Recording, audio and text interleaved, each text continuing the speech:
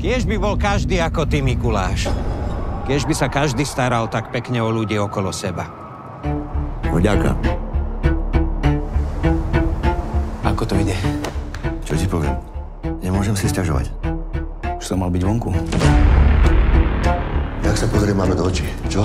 Ja mám povedať, že to spravil? Že teraz bude sedieť koľko? 15 rokov alebo koľko? Lojzo, dobrý chlapec. Robili sme spolu kšeft? Trochu to nevyšlo, tak radšej sedí, ako by mal bonzovať na kamaráta.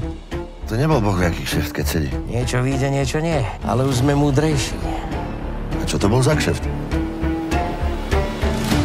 Väčšina ľudí toľko zarobí za rok. Nikomu sa nič nestalo. Ty z toho robíš neviem čo. Bol tu jeden kšeft, už sa nebude opakovať. Celá dedina obdivuje toho vášho Mikyho. Chlapec z Telgartu, šofér autobusu a aký je zrazu veľký pán. Pritom všetci dobre vedia, ako sa k tomu dostal. Políciu vybavíme. Takže čo sa o vás hovorí, že sa hráte na mafiánov, to je pravda? Veľmi dobre sa vieme odmeniť. Aj to sa hovorí. Nepoznáš ich. Tebe sa to nejak netýkalo. Nemáš tam ani prachy, ani nič.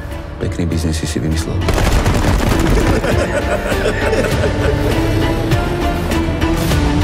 Rodina. Na rodinu sa nešáha, kamarát. Vieš veľmi dobre.